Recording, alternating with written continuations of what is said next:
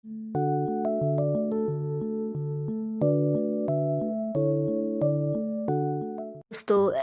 Competition cracker में आप सभी का बहुत बहुत स्वागत है। और ये एलियो और सेरिकल्चर एग्ज़ाम के प्रिपरेशन का लेक्चर नंबर 4 है।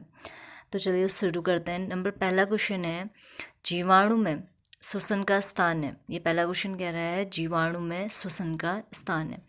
पहला ऑप्शन है राइबोसोम, दूसरा है एपिसोम, तीसरा है मीजोसोम, चौथा है माइक्रोसोम। तो होता क्या है कि जीवाणु में जो श्वसन का स्थान होता है वो मीजोसोम होता है, क्योंकि मीजोसोम जो हमारे यूकेरियोट्स में माइटोकॉन्ड्रिया होता है उसी की तरह क्या करता है, बिहेव करता है मीजोसोम। ठीक है, तो जीवाणु में श्वसन का स्थान कौन सा होता है, मीजोसोम होता है, क्योंकि माइटोकॉन्ड्रिया वहाँ नहीं मिलता है, इसलिए उसी का जैसा एक स्ट्रक्चर होता है, जो मतलब उसी का जैसा स्ट्रक्चर कहने का मतलब है कि माइटोकॉन्ड्रिया की तरह ही कार्य करने वाला एक स्ट्रक्चर होता है जिसको मीजोसोम कहते हैं। ठीक है, तो जीवाणु में श्वसन का स्थान कौन सा होगा, मीजोसोम। सी ऑप्शन बिल्कुल सही होगा। अगला क्वेश्चन है, वाइन खट्टी क्यों हो जाती है। वाहन नहीं, ये वाइन है। क्या है, वाइनो, वाइन। वाइन खट्टी क्यों हो जाती है, तो वाइन के खट्टे होने का कारण क्या होता है। ऑप्शन नंबर फर्स्ट है ताप के कारण, दूसरा है प्रकाश के कारण, तीसरा है ऑक्सी जीवाणु के कारण, चौथा है राइजोबियम के कारण। तो जो वाइन होती है वो इसलिए खट्टी हो जाती है क्योंकि जो ऑक्सीकारक जीवाणु होता है, ऑक्सीकरण करने वाला जो जीवाणु होता है वो उपस्थित होता है, इसी के कारण क्या होती है, वाइन खट्टी होती है। ठीक है, ये दूसरा क्वेश्चन हो गया। अगला क्वेश्चन है आपका, बैक्टीरियल लेड ब्लाइट रोग है। बैक्टीरियल लेड ब्लाइट रोग कहने का मतलब है बैक्टीरिया से होने वाला लेड ब्लाइट रोग इनमें से किस में होता है। नंबर पहला है धान में, दूसरा है आलू में, तीसरा है टमाटर में, चौथा है दोनों ए और बी में। तो इसका सही आंसर है धान में, क्योंकि आलू में जो होता है वो फंगस से होता है, टमाटर में जो होता है वो भी फंगस से होता है। ठीक है, यानी कि कवक से होता है। तो धान में जो होता है बैक्टीरियल लेड ब्लाइट जो होता है वो धान में होता है, बैक्टीरिया के द्वारा होने वाला। तो इसका आंसर ए सही है। फिर आएगा आपका, कोशिका भित्ति में डाई एमिनोथालमेलिक एसिड मिलता है, यानी कि किसकी कोशिका भित्ति में डाई एमिनो मैथिलिक एसिड मिलता है, अमीनोथामेलिक एसिड मिलता है। तो पौधे में बी है, कवक में, तीसरा है विषाणु में, चौथा है जीवाणु में। तो जो डाई अमीनोथामेलिक एसिड मिलता है वो किसमें मिलता है, बैक्टीरिया में मिलता है। ठीक है, यानी कि जीवाणु में पाया जाता है, उसकी वॉल में, यानी कि उसकी कोशिका भित्ति में मिलता है। अगला है, ब्रॉड स्पेक्ट्रम एंटीबायोटिक्स क्या है। ब्रॉड स्पेक्ट्रम एंटीबायोटिक क्या है। ठीक है, जो जीवाणु या विषाणु भोजों पर क्रिया करता है। बी है विभिन्न रोगजनक सूक्ष्मजीवों पर क्रिया करता है। सी है जीवाणु तथा परपोषी दोनों पर क्रिया करता है। उपयुक्त में कुछ नहीं। तो ब्रॉड स्पेक्ट्रम होता है जो विभिन्न रोगजनक सूक्ष्मजीवों पर क्रिया करता है।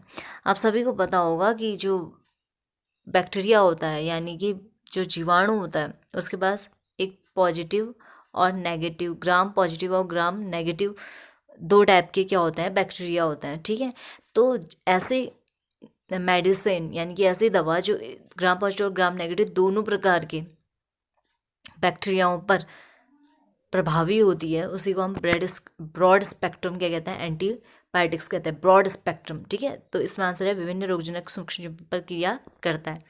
ठीक है, फिर आता है एंटीबायोटिक रोग दूर करता है। एंटीबायोटिक रोग क्या दूर करता है, रोग दूर करता है, कैसे रोग दूर करता है पता नहीं। प्रतियोगी निरोध से, बी है दर्द दूर करके, तीसरा है रोगजनकों को शरीर से दूर करके, चौथा है उपयुक्त सभी। ठीक है, तो ये कह रहा है कि कैसे एंटीबायोटिक्स रोग को दूर करता है। तो इसमें जो आंसर होगा इसका वो होगा प्रतियोगिता निरोध से, यानी कि कॉम्पिटेटिव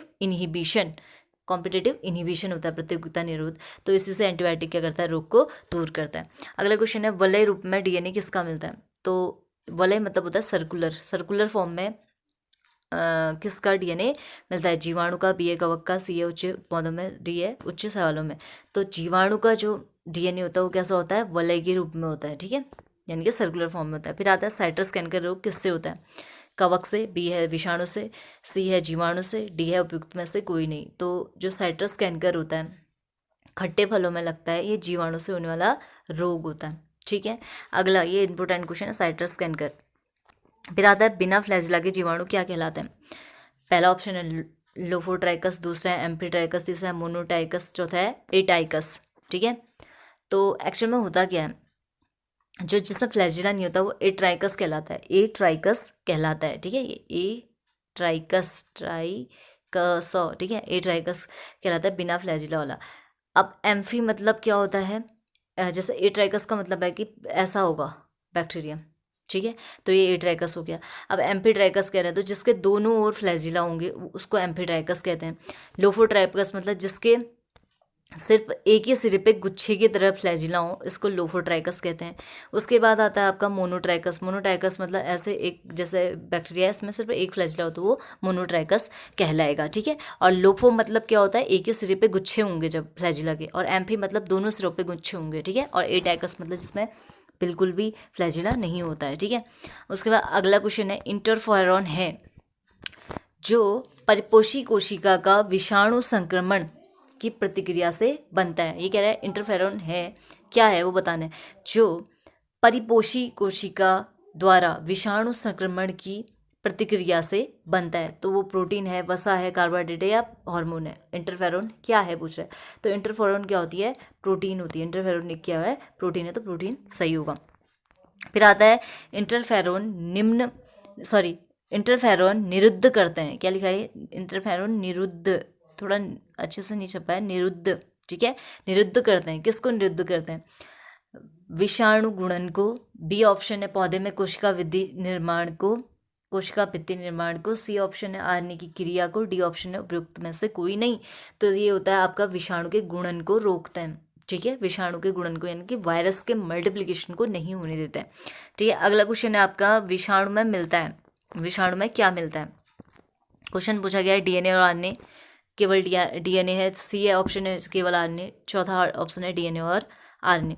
तो आपको पता होगा जो वायरस होता है उसमें डीएनए या आरएनए मिलता है। डीएनए और आरएनए वायरस में कभी साथ नहीं पाया जाता है। विषाणु क्या है, वायरस है, उसमें या तो डीएनए मिलेगा या आरएनए मिलेगा, दोनों साथ कभी नहीं होते हैं। अब नेक्स्ट क्वेश्चन है, टीएमबी को रवे रूप में पृथक किसने किया था। टीएमबी को रवे मतलब होता है क्रिस्टलाइज फॉर्म, ठीक है, क्रिस्टलाइज किसने किया था कह रहा है। पहला ऑप्शन स्मिथ, बी है पास्चर, सी है आइवानोवस्की, डी है स्टेनली। तो स्टेनली ने क्या किया था, वायरस को क्रिस्टलाइज किया था सबसे पहले, ठीक है। उसके बाद अगला क्वेश्चन है, एड्स किससे होता है। ए ऑप्शन है जीवाणु से, बी है परागकण से, सी है विषाणु से, चौथा है एक्टिनोमाइसिटिस, डी है। तो आपको पता है एड्स किससे होता है, वायरस से, विषाणु से, ठीक है। अगला है, विषाणु का संक्रमण करने वाला भाग किसने खोजा था। पहला ऑप्शन है हर्से और चेस, बी है स्टेनली, सी है ये है आपका सी है हैराले, ठीक है। सी मतलब क्या है, सी हैराले है, ठीक है, ये सी हैराले, और डी है इवानोवस्की। तो कहने का मतलब है किसने संक्रमण करने वाला भाग, यानी कि वायरस का, जब वायरस को क्या किया था, बैक्टीरियोफेज में अटैक करवाया था। तो बैक्टीरियोफेज को जब बैक्टीरिया में अटैक करवाया गया था। बैक्टीरियोफेज एक क्या होता है, विषाणु होता है। जब बैक्टीरियोफेज विषाणु को किसी बैक्टीरिया में, जीवाणु में अटैक करवाया गया था, आक्रमण करवाया गया था, तो उसमें इन्फेक्शन हो गया था, किसमें, जीवाणु में, यानी कि बैक्टीरिया में। तो किसके द्वारा हुआ था ये बताया था उसने, किसने बताया था इनमें से, हर्षे और चेस ने, ठीक है, हर्षे और चेस ने बताया था कि डीएनए काम करता है, डीएनए एक जेनेटिक मटेरियल है, ये भी इन्होंने बताया था, ठीक है। तो कैसे आक्रमण होता है इसके बारे में हर्षे और चेस ने बताया था। जीवाणु भोजी किस पर आक्रमण करते हैं, जीवाणु भोजी आक्रमण करते हैं केवल, पहला ऑप्शन है केवल कवक पर, केवल निरहित सवाल पर, फिर है केवल जीवाणु पर, उपयुक्त में से कोई नहीं। तो जीवाणु भोजी का जो आक्रमण होता है, जीवाणु भोजी क्या होता है, बैक्टीरियोफेज होता है, ठीक है। बैक्टीरियोफेज जो होता है वो वो बैक्टीरिया पर अटैक करता है।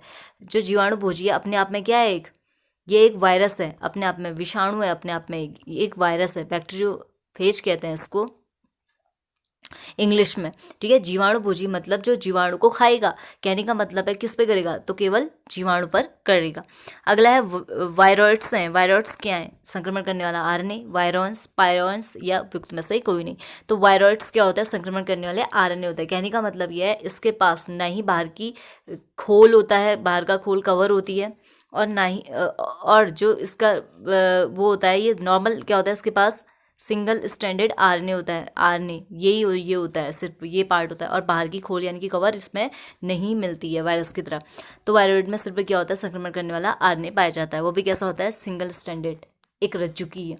उससे आता है विषाणु जनित रोग कौन सा है। पहला है टीबी, दूसरा है टाइफाइड, तीसरा है पोलियो, चौथा है डिप्थेरिया। वो होता है विषाणु, वायरस है तो वायरस जनित कौन सा होता है, पोलियो। सी ऑप्शन बिल्कुल सही होगा, तो इसका ऑप्शन क्या होगा, पोलियो। बाकी ये टीबी, टाइफाइड, डिप्थीरिया ये सब क्या है, बैक्टीरिया से होने वाले। विषाणु कहे जाते हैं, ये कह रहा है कि विषाणु को क्या कहा जाता है। तो विषाणु जो कहे जाते हैं, पहला ऑप्शन है अविकल्पीय परजीवी, दूसरा है मृतजीवी, तीसरा है स्वपोषी, या चौथा है फोटोट्रॉप। तो एक्चुअल में क्या होता है कि विषाणु को हम अविकल्पीय परजीवी कहते हैं, ठीक है, क्या कहते हैं, ऑब्लिगेट पैरासाइट इंग्लिश में कहते हैं, तो इसको क्या कहते हैं, अविकल्पीय परजीवी कहते हैं। दोस्तों आज के लिए इतना ही क्वेश्चन है, और अगर आपको ये वीडियो पसंद आता है तो आप इसे लाइक कीजिए और अपने दोस्तों के साथ शेयर कीजिए और हमारे चैनल को सब्सक्राइब कीजिए। जय हिंद, जय भारत।